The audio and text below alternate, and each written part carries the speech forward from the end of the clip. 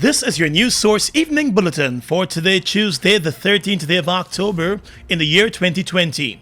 I'm Gordon Mosley. Here's what we're tracking tonight.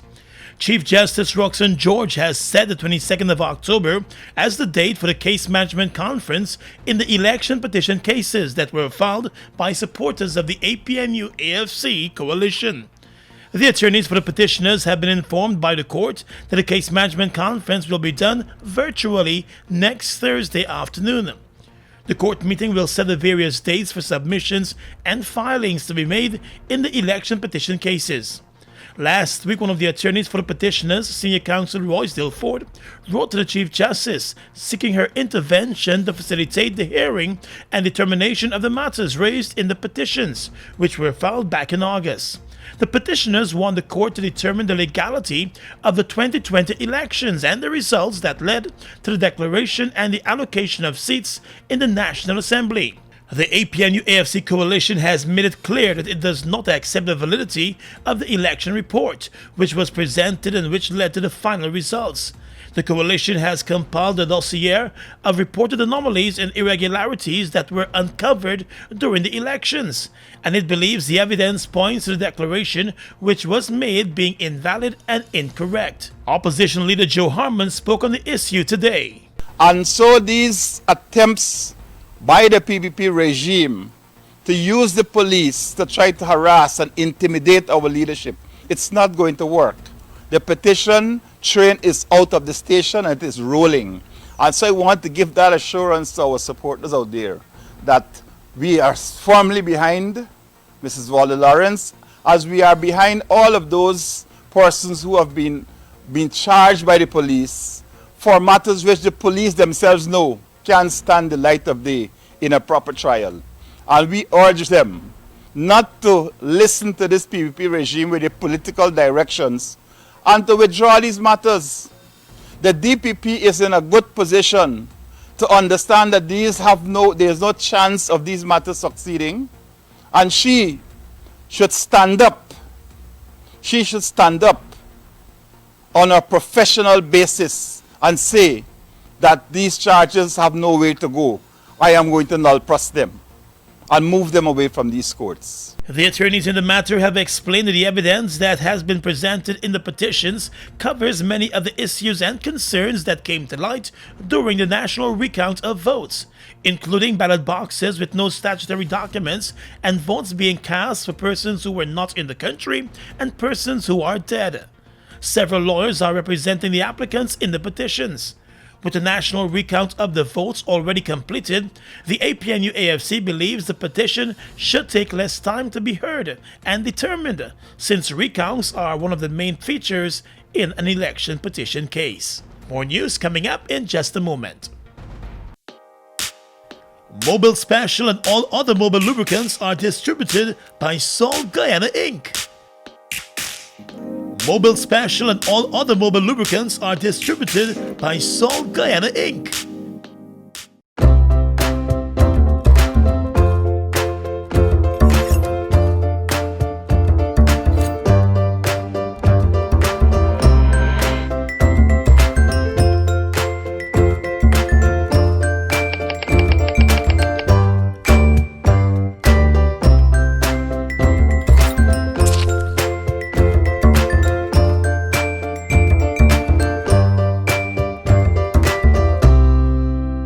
Design, photography, advertising, you name it, we do it. At Mass Global Media, we offer high-quality, versatile media and marketing solutions that will help your business reach its goals. Contact us now if you want a website developed, graphic design, social media marketing, animation, and much more by emailing info@massglobalmedia.com or call 658-5636. Mass Global Media. Vision, execution, results.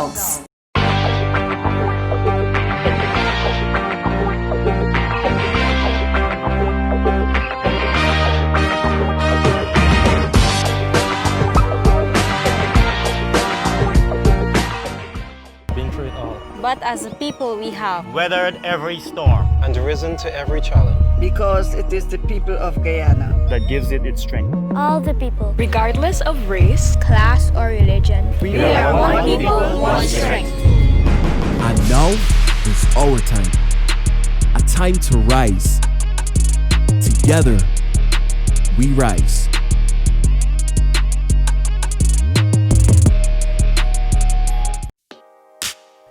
Mobile Special and all other mobile lubricants are distributed by Salt Guyana Inc.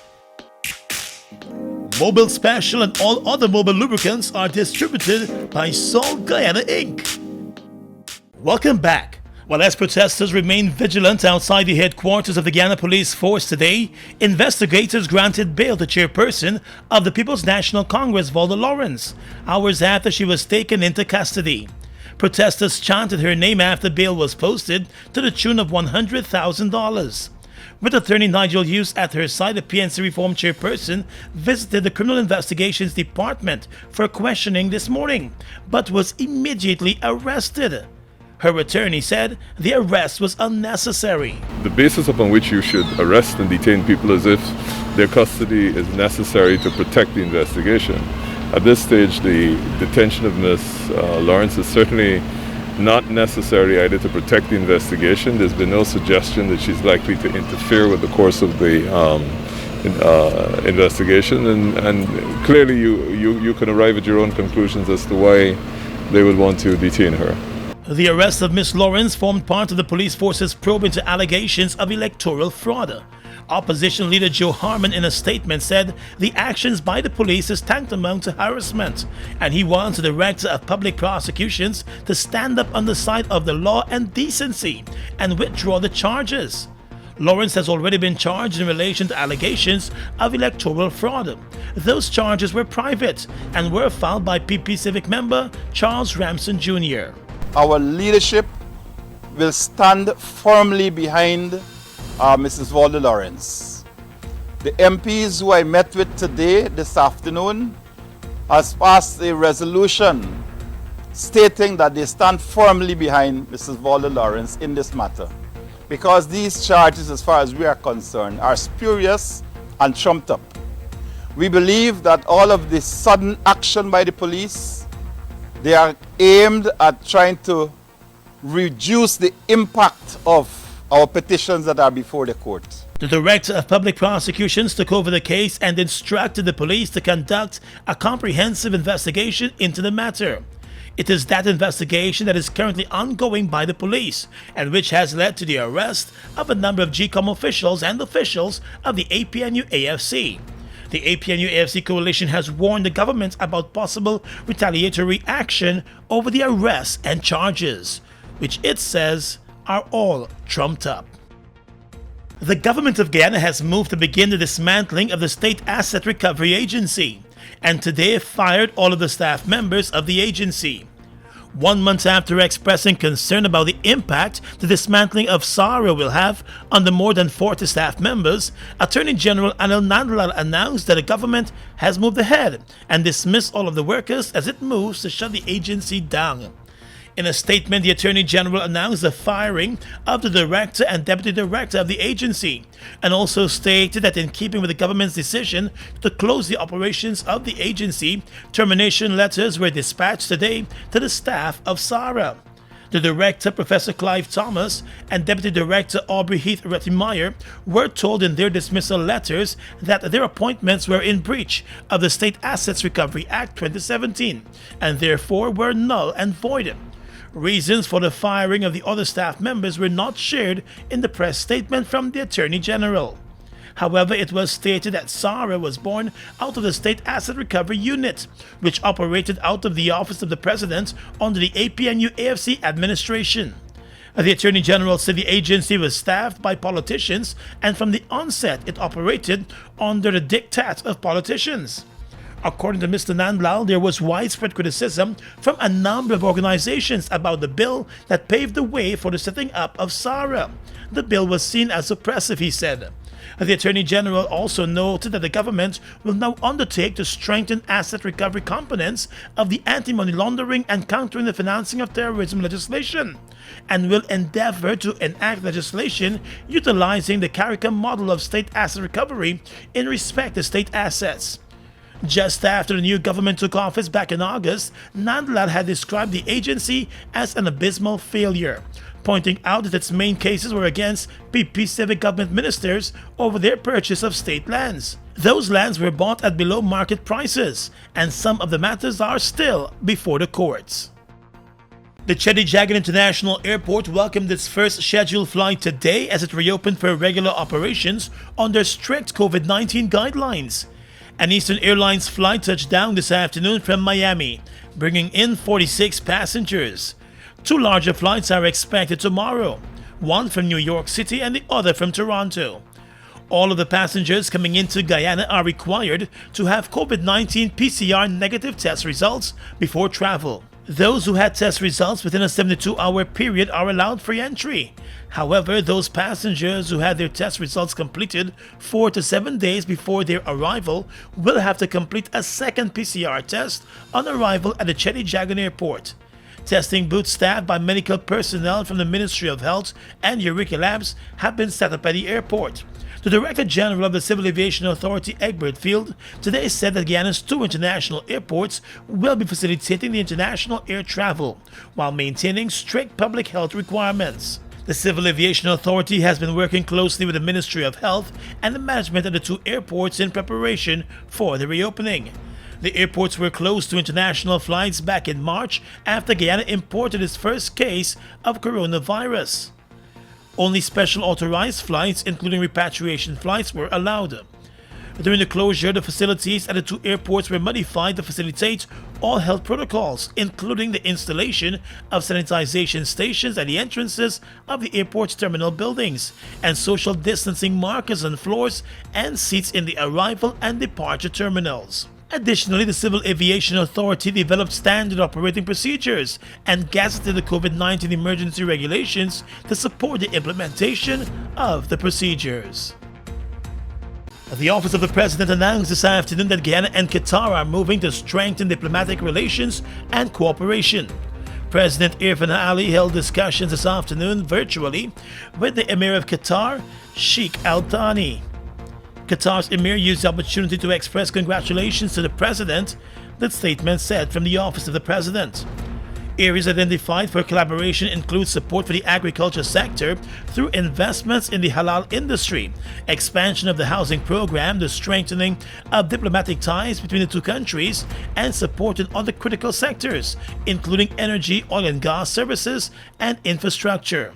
The two leaders also discussed the fight against the coronavirus pandemic and critical areas of support for Guyana.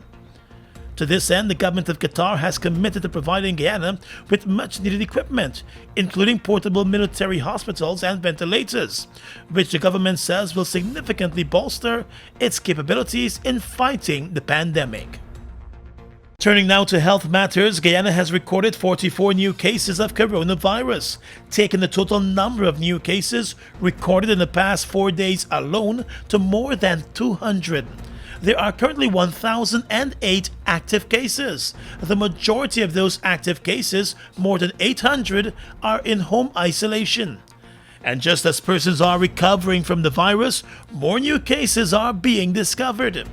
Last evening, the Health Ministry also announced 2 additional deaths, taking the death toll to 106.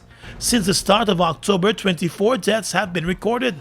Health officials are worried that if the current trend continues, October could eclipse September as the deadliest month for the pandemic in Guyana. A total of 41 deaths were recorded back in September. The Ministry of Health is currently moving to set up COVID-19 ICU rooms in the Ocean View Infectious Diseases Hospital and at regional hospitals across the country. The Georgetown Hospital has found itself on the strain with a number of critical patients in its care. There are currently 16 persons in the coronavirus intensive care unit at the Georgetown Hospital. 2 houses on Charlotte Street between Cummings and Light Street were gutted by fire last evening. The origin of the fire is unknown. The Guyana Fire Service was summoned to the scene just before 10 p.m. as heavy smoke billowed into the air from one of the wooden houses. Within minutes of their arrival, the fire hopscotched its way to the other wooden house located next door. The 2 buildings were quickly gutted even as the firemen tried their best efforts to douse the blaze with the assistance of some of the persons in the area.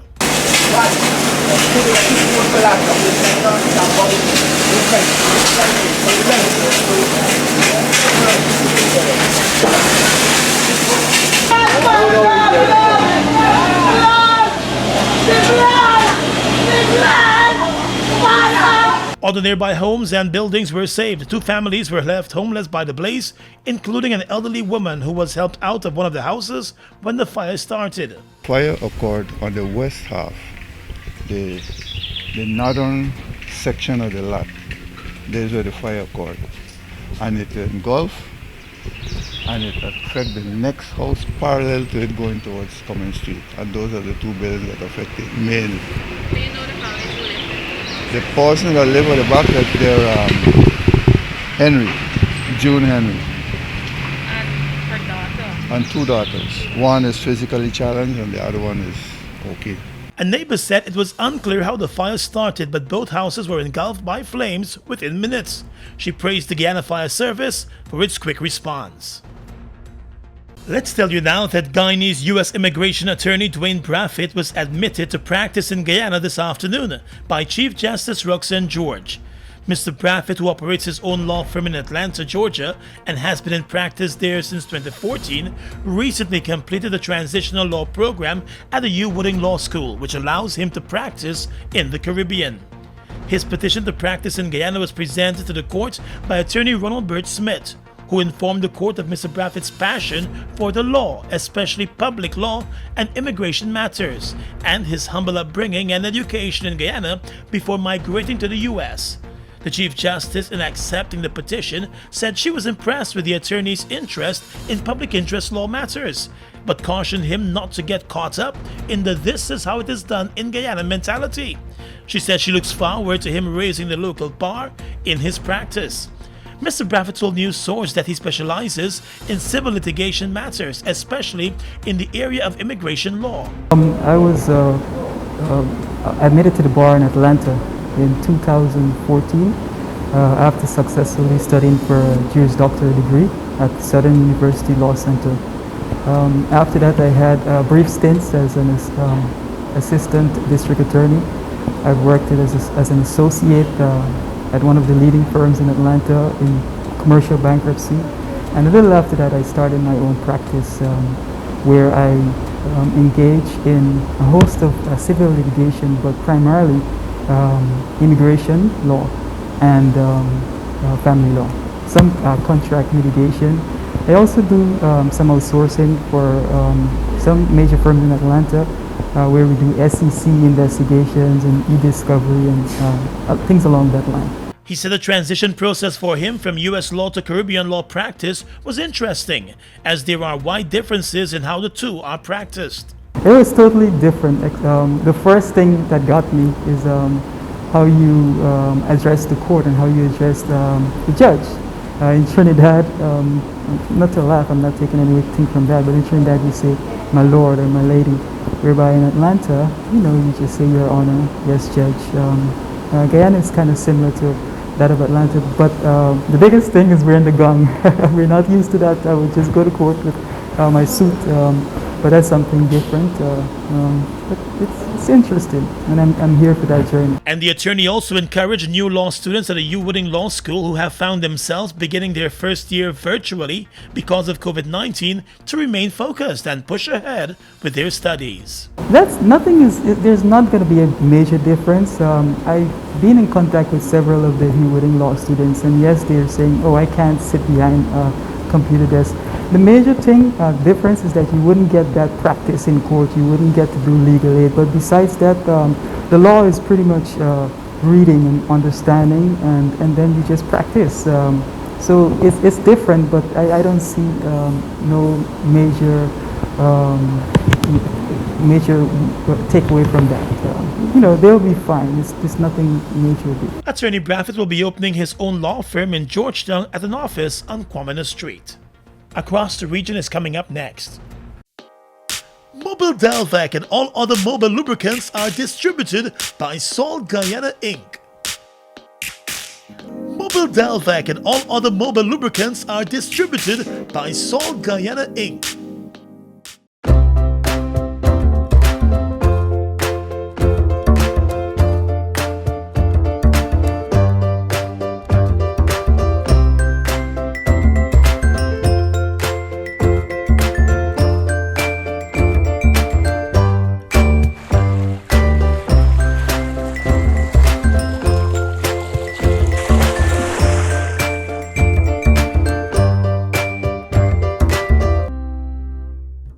We all know a strong educational foundation is a key to successful learning. Global Technology combines award-winning curriculum with innovative technology and teacher support to help students reach their potential. Our online platform creates an engaging learning experience. Using any device, you can be a part of amazing class discussions, collaborate with others, and have access to virtual learning software. With our multiple payment methods, you will never have to leave home. Find out how Global Technology can allow you to learn anything, anywhere, at any time. Been through it all. But as a people, we have weathered every storm and risen to every challenge. Because it is the people of Guyana that gives it its strength. all the people, regardless of race, class, or religion. We are one people, one strength. And now is our time. A time to rise. Together, we rise.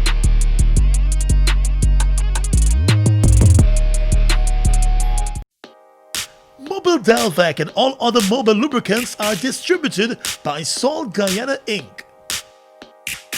Mobile Delvac and all other mobile lubricants are distributed by Salt Guyana Inc. Across the region right now, thousands have joined anti-government protests in Argentina as confirmed coronavirus infections continue to rise, passing 900,000 on Monday.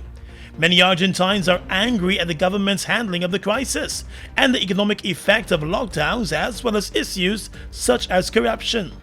A strict lockdown early in the pandemic meant that the number of cases grew slowly at first, but following an easing of restrictions, cases have been rising steeply. As of Monday, Argentina had 903,730 confirmed cases of coronavirus, making it the country with the sixth highest number of infections in the world. More than 24,000 people have died with COVID in the South American nation. The leader of St. Vincent and the Grenadines' main opposition, New Democratic Party, Dr. Godwin Friday, has welcomed the announcement of the elections in November. He said the party has been waiting 5 years for the opportunity to remove the ruling Unity Labour Party from office. The opposition leader said it is time for a change.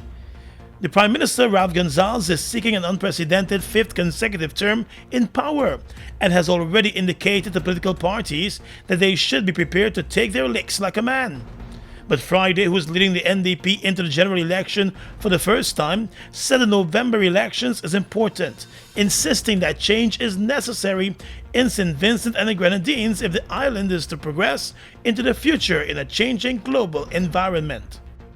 And finally tonight, international news. The Syrian government has set up a temporary hospital for COVID-19 patients at the Damascus Sports Complex in preparation for what an official said was a possible second wave. The facility will operate 120 beds for people requiring oxygen, but has the capacity for 100 more. The Health Ministry has reported 4,774 cases of COVID-19 and 228 deaths in government-held areas since March. However, experts believe the actual figures are significantly higher. Last month, researchers in the UK estimated that only a fraction of deaths due to COVID-19 in Damascus had been reported for various reasons, including limited testing capacity. And that's your News Source Evening Bulletin for tonight. I'm Gordon Mosley, reporting. Have a good evening.